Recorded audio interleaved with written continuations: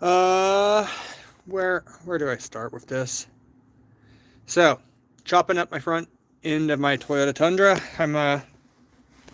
So I've been working on this axle here. I got a lot of the mounts that I don't need chopped off. Been working on that. Got the bolts out. So 3 of the 4 bolts for the leaf springs came out pretty easy. It was just the one that popped off. That one was like difficult. So that was interesting, but we got it out. So not the most easy thing. And then also I got to make some leaf springs out of this. Well, modify these leaf springs. So I'm probably going to take extra leaf and add it to them to give it a little bit more arch. So we're modifying springs. I found out the brake lines, so I didn't really have any plans on what to do for brake lines, but apparently they make a adapter brake line for a what was it, like a 96 to 04 Toyota Tacoma to run bigger brakes, and it had a banjo fitting on one end. So that's what I'm going to do as far as modifying this and making it work. Let's see, flip that around. That way I can read the stream chat. As of this end, it's been raining out here, so this is getting kind of rusty. I need to go through and clean this up, get this ready for paint. Also, once I get this painted, I need to go through and wire in all these lights. And then I also got a new grill for this thing, so I'm gonna do new grill. So the front axle, let's talk about what I'm doing here. So I got some 4x4 square stock that I'm going to put in here. I'm going to drop that down about 2 inches, maybe 2.5. One, it's going to give me more lift in theory, but another reason for doing that is this radiator. You can see how it sticks down right here, and it's pretty exposed all the way across. You don't want your one thing that's life support for your vehicle being the lowest thing on the front of the vehicle, especially if you're doing a lot of off-roading. So all I'm going to do is drop these brackets down, and then I'm going to put a plate across the front just to kind of help deflect rocks and stuff away from the radiator. And then maybe I'll do some further underbody protection here, kind of protect that radiator in there, because it's really exposed. Other than that, like, it's not going to be too hard to solid axle swap this thing up here. Just gonna get those welded in. What else to talk about? Again, we got plans for the brake lines, so all this stuff is probably gonna have to get chopped out in here in one way or another. There's a lot of creaking and popping coming from this front suspension, which is a bit unfortunate, but that's why it's got to go in the bin. Also, I'm gonna see if I can recycle these Bilsteins. I don't know. All of this is gonna have to be chopped out. There's a lot of work to be done here as far as like trying to get this thing to where it's decent enough to swap an axle into. Now, I don't have a transfer case yet, but I did find out that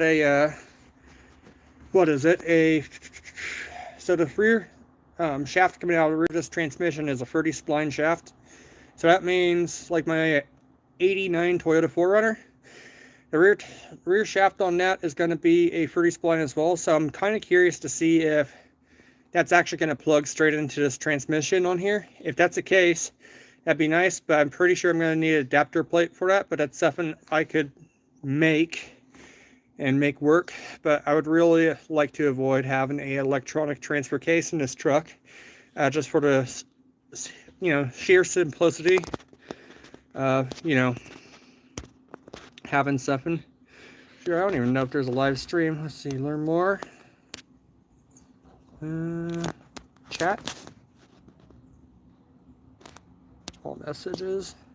I don't know, nobody's said anything in chat yet, so what else to talk about this thing? So I'm kind of thinking in the back here. So I had a buddy kick an idea to me for like rear steer. I don't know that I want to do that. There's a few reasons why. I don't even want to get into messing around with that. So I think to get my lift out of this, I'm going to do a shackle flip and bring that shackle down here and that's going to give me the lift out the rear end of this truck. Also, I might do a hybrid leaf spring pack. I don't know. Some things to consider. But I'm going to see if I can get a matching GM rear end to match the axle that's in the back of the truck. Just to see what I can do to make this actually work. And again, I'm going to see if I can't recycle and reuse these Bilsteins. They're good shock. They're not that old. So if I can use them, I'll use them. But if they don't have enough throw, then I might have to just go ahead and sell those. But yeah, there's the front axle. So this is a Dana 44 out of a Chevy Blazer, and the reason I chose this axle in particular is because your Chevy 6-bolt stuff, which is 6-bolt, it matches Toyota 6-bolt. So really all I got to do is get some different lug nuts, and then my Toyota wheels will bolt right up to this. So that's a good way to go about with this.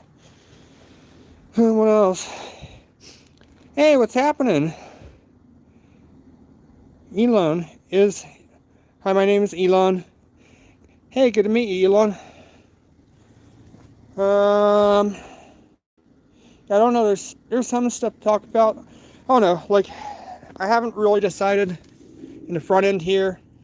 So I do know that if I put the axle on and I put the shackles as far forward on the frame as I can, so like right in there, it's going to move this about 6 inches forward, which is good for clearing this out for bigger tires. So don't have to chop in the body, just move this forward, get a good amount of lift, and then I can get some bigger tires on here, probably like 37s, or no, yeah, 37s is probably what's going to wind up on this, really.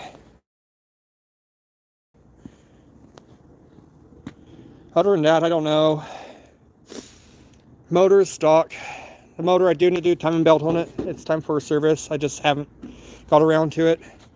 So that's going to be a thing. There's going to be a lot of like little things with this as far as I'm concerned, but definitely the big thing is going to be getting the axle forward and getting all of this IFS stuff off here. That's all junk.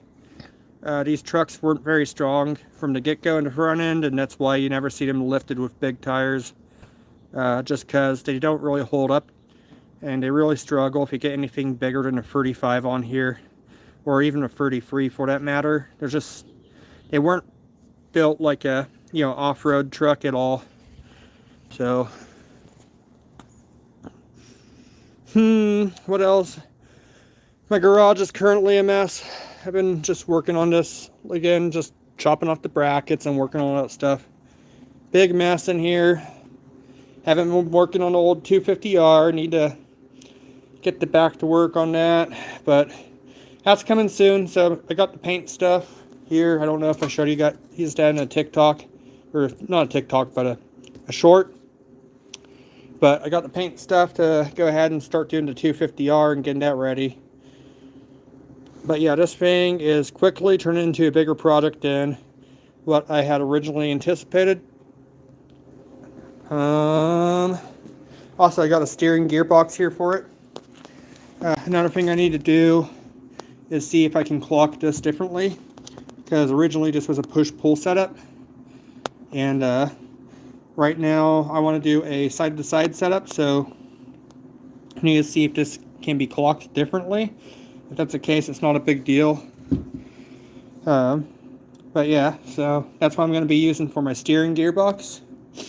Another thing that I got to consider too is, since this,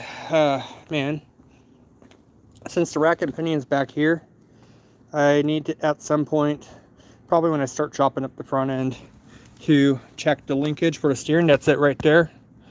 That's what steers your wheels. I need to check and see if I can tilt it forward and bring it out front. And if I can do that, that's going to work out really good. But at the moment, I'm not positive. It's kind of hard to tell too with all this shock tower in here, and that's all going to get chopped out. So I don't know. We'll see.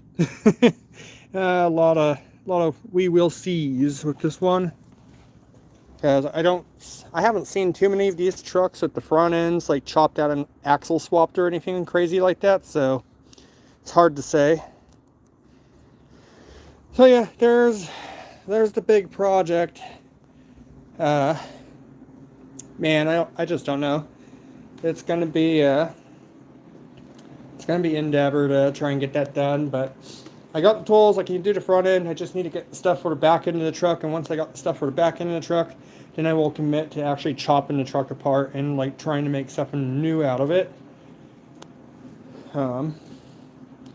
Yeah, nice thing about that truck, it does have the legendary Toyota 4.7 V8, so really good motor, really good drivetrain, that sort of stuff. It just kind of a junky front end. That's the problem. It's like they get wore out, and then you have to replace everything, and it's got problems and numerous problems. So I'm gonna go ahead and work on getting rid of the problem with that solid axle. Checked on it, so I tried getting this hub off. I broke off a bit in here. I want to take this off so I can just see what's inside.